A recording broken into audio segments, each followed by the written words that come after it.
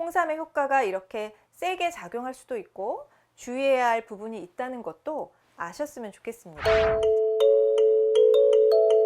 안녕하세요. 박미경 한의사입니다. 오늘은요, 홍삼 누구에게나 좋은가요? 이 주제에 대해서 이야기 드려볼게요. 자, 환절기가 되면은 면역력이 떨어지잖아요. 그리고 왜 이렇게 피곤해요? 막 아이고 소리가 절로 나는데요.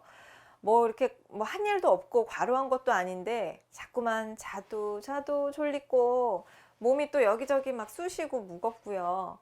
그냥 딱 이렇게 자리만 있으면은 이렇게 눕고 싶어져요. 오늘은 환자분들이 평소에 피곤할 때마다 더 궁금해 하시던 홍삼에 대해서 말씀을 드려볼까 합니다. 자, 환자분들이 자주 하시는 말씀이 제가 홍삼을 먹고 있는데요, 선생님. 피곤한 게 좀 나아지는 것 같기도 하고요. 아닌 것 같기도 해요. 이렇게 말씀도 하시고 또 제가 홍삼이 맞나요? 안 맞나요, 선생님? 이런 질문 많이 하십니다. 자, 과연 이 질문에 정답이 있을까요? 일단 먼저 홍삼은 모든 사람이 먹어도 된다. 이 말에 대해서는 단호하게 아니요, 땡, 틀렸습니다. 홍삼이라는 것은 사실 인삼을 한 번 더 처리해서 우리 몸에 잘 흡수되는 형태로 바꿔준 것입니다. 네, 원래 예전에는 조선 땅에서 중국 땅으로 이제 보낼 때까지 한참을 가잖아요. 그때 수분이 많고 잘 상하는 인삼이 보존이 잘 될 수 있도록 수분을 제거하기 위해서 쪄서 말렸던 것이 홍삼입니다. 사실은 나라마다 땅마다 나는 약재의 효능이 같은 약재라도 살짝씩 다르거든요. 그런데 인삼은 우리나라에서 자란 것을 상품으로 칩니다. 그래서 외국으로 예전부터 많이 수출하고 또 진상품으로 보냈던 겁니다. 자, 근데 찐다는 게 뭐예요? 쉽게 말해서 찐다는 건 익힌다는 거거든요. 예를 들어서 콩을 삶거나 익히면 어떻게 되죠? 단백질 흡수율이 확 올라갑니다. 그리고 콩을요, 아예 두부로 가공을 하면 훨씬 더 단백질 흡수가 잘 되거든요. 그것처럼 우리가 그냥 인삼을 물에 끓여서 드시는 거 하고 홍삼을 물에 끓여서 드시는 거 비교를 하면요, 홍삼액의 경우가 훨씬 더 흡수가 잘 됩니다. 자, 화학적인 내용을 좀 들여다 보아도 뭐 진세노사이드라고 하는데 이러한 인삼에서 추출되는 성분이 여러 종류와 형태가 홍삼에서 나온다고 해요.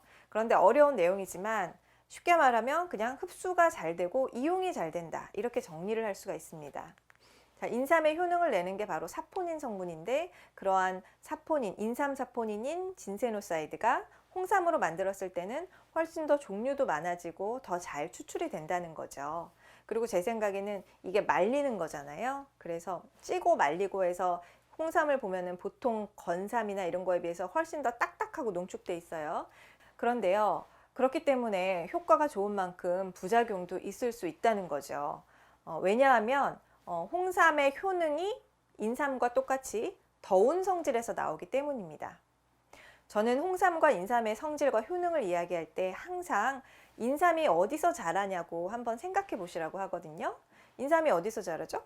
네, 산중턱에 시원하게 바람이 불고 또 그늘을 이렇게 만들어준 곳에서만 인삼이 잘 자라거든요. 근데 정말 신기하거든요. 왜냐하면 보통 다른 식물들은 어때요? 햇볕을 좋아하잖아요. 그래서 햇볕 더 받으려고 막 가지 뻗어서 안간힘을 쓰는데 이 인삼이라는 애들은 어떻게 된 건지 반대로 햇볕을 못 보게 그늘지게 해줘야 됩니다. 그건 왜 그럴까요? 그만큼 자기 자신이 더운 성질이 있기 때문에 더운 햇볕을 만나면 타 죽어버려요. 네, 그래서 시원한 데서 키워야 됩니다. 그래서 인삼이 품고 있는 이 더운 성질, 홍삼의 더운 성질은 약이 될 수가 있는 겁니다. 몸이 냉한 사람은요, 홍삼을 먹고 그 더운 성질을 받아들여서 균형을 이루기 때문에 너무 좋습니다. 몸이 냉하다는 거는 예를 들면은 대표적인 증상이 손발이 좀 싸늘하고 배가 살살 자주 아프고 변이 물러지면서 소화가 잘 안 되는 사람이 있어요. 뭐 체질적으로는 우리가 쉽게 말해서 소음인이다 라고 말할 수 있는 그런 사람인데요. 비위가 약하고 예민한 이런 소음인들은 홍삼을 먹었을 때 식욕도 좀 생기고 소화도 잘 되고 또 잠도 잘 오고 피로감도 덜해지는 그런 느낌을 받습니다. 근데 진짜 재밌는 거는요, 소음인들은 오히려 섬세하고 예민하기 때문에 약효를 다 느껴요. 그래서 기운이 올라온다 요거를 본인이 느끼거든요. 그래서 오히려 불편해하세요. 나 가슴이 두근거리고 열이 오른다, 막 이런 말씀하시면서 난 홍삼이 절대 안 맞아요, 이렇게 말씀을 하시는 경우가 의외로 홍삼이 맞는 소음인에게도 있었다, 그렇게 제가 말씀을 드리고요. 따라서 홍삼이 맞는지 안 맞는지 내가 판단하는 거는 틀릴 수도 있어요. 그래서 전문가에게 좀 상담을 받아 보시는 게 필요하겠습니다. 자, 나머지는 양인들이 있는데요. 뭐 태양인, 소양인, 이렇게 양인 제가 뭉뚱그려서 말씀드려 볼게요. 양인의 경우에는 홍삼 먹으면은 좀 불편하셔서 오래 못 드시는 경우가 있습니다. 자, 양인들은 안 맞는 사람들인데 홍삼을 먹을 경우에는 약간 상열감이 생기면서 심장이 답답하고 막 화가 잘 나거나 마음이 급해지기도 하고 땀이 나거나 설사를 하기도 하고 열꽃이 이렇게 피듯이 발진이 생기기도 합니다. 자, 이렇게 홍삼이 맞는 체질, 안 맞는 체질 또는 그 반응에 대해서 제가 말씀을 드려봤는데요. 이렇게 개인의 체질에 따라서도 홍삼에 대한 반응이 다르지만 사실은요, 한 개인이 홍삼이 잘 맞는 체질이다라고 하더라도 제가 앞으로 말씀드리는 이런 증상들이 있을 때에는 피하시는 게 좋습니다. 자, 어떤 증상이냐면은 첫 번째, 피부에 발진과 알레르기 증상이 있을 때. 두 번째, 눈이나 머리 또는 뒷목에 통증이 있을 때. 세 번째는 혈압, 혈당 관리가 잘 안 될 때. 네 번째, 발열이 있을 때. 다섯 번째, 수술을 앞두고 있을 때. 다섯 번째가 가장 중요합니다. 자, 특히 제가 강조하고 싶은 게 수술을 앞두고 있을 때입니다. 홍삼의 경우 아스피린과 비슷하게 피를 맑게 하는 작용이 강한 식품이에요. 그래서 수술 중간이나 수술 후에 출혈 가능성을 높일 수가 있어요. 홍삼뿐 아니라 양파즙 같이 피를 묽게 하는 그런 종류도 함께 피하시면 좋겠습니다.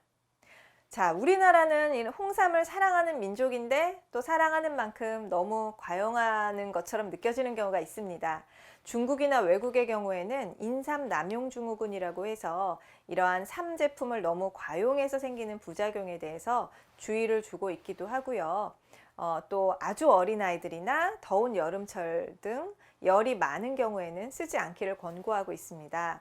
실제로 우리나라 기업에서 중국에다가 삼계탕을 수출한 적이 있었는데 중국에서 그 한국산 삼계탕을 드셔보시면은 이 맛이 아닌데? 이렇게 느껴지실 거예요. 왜냐하면 중국에서는 식품에 들어가는 인삼의 양을 제한하고 있습니다. 약이라고 판단하기 때문이거든요. 그래서 삼계탕의 맛을 내는 게 인삼인데 인삼이 확 줄어들어서 그렇습니다. 자, 우리나라 사람들은 예전부터 많이 먹어서 적응이 된 경우도 물론 많지만 홍삼의 효과가 이렇게 세게 작용할 수도 있고 주의해야 할 부분이 있다는 것도 아셨으면 좋겠습니다. 자, 건강기능식품도 내게 맞게 써야 약이 된다는 점 꼭 기억하세요. 자, 재밌게 보셨으면 구독, 좋아요 부탁드리고요. 저는 다음에 또 다른 주제로 뵙겠습니다.